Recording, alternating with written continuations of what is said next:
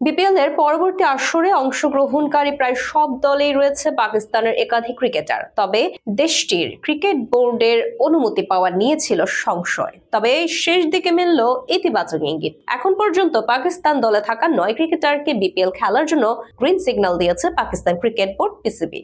NOC পাওয়া উল্লেখযোগ্য ক্রিকেটারদের মধ্যে রয়েছেন মোহাম্মদ নেওয়াজ, ফাহিম আশরাফ, সাহিবজাদা ফারহান, হুসাইন তালাত, ইহসানুল্লাহ, হায়দার আলী, আবরার আহমেদ, খাজা নফিস ও সালমান ইরশাদ।